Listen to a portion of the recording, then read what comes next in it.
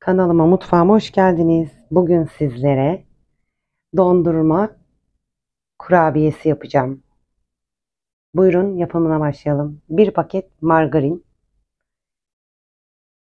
yarım su bardağı sıvı yağımızı döküyoruz.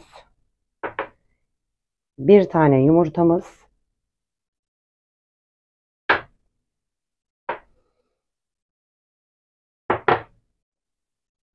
bir su bardağı pudra şekerimizi döküyoruz.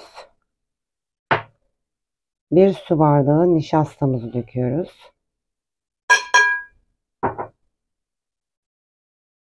Ve bunları elimizle yoğuruyoruz. Margarinimiz ya da tereyağımız oda sıcaklığında olacak ki çabuk elimize gelsin. Bakın.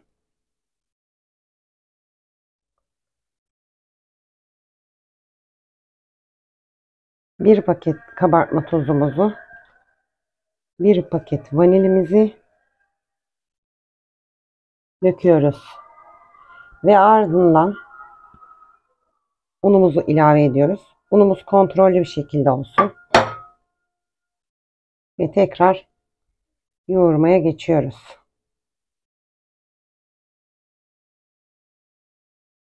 Ele yapışmayan bir hamur elde edeceğiz. Ele yapışmayan bir hamur elde ettik. Ve damla çikolatamızı döküyoruz. Elimizde tekrar damla çikolatalarıyla beraber tekrar yoğuruyoruz. Damla çikolatalarını da döktüm. Yoğurdum. Şimdi şekil sırası.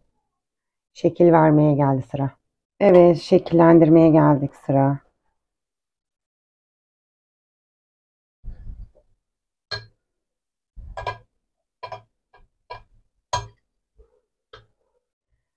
Şimdi şeklimizi veriyoruz.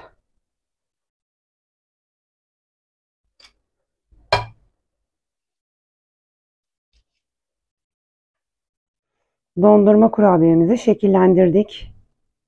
Ve önceden ısıtılmış 180 derece fırında kontrollü bir şekilde pişiriyoruz. Dondurma kurabiyemiz sunuma hazır. Deneyecek olanlara afiyet olsun. Kanalımıza abone olup yorum yazmayı unutmayın. Bir dahaki videoda görüşmek üzere. İzlediğiniz için çok çok teşekkür ederim. Bay bay.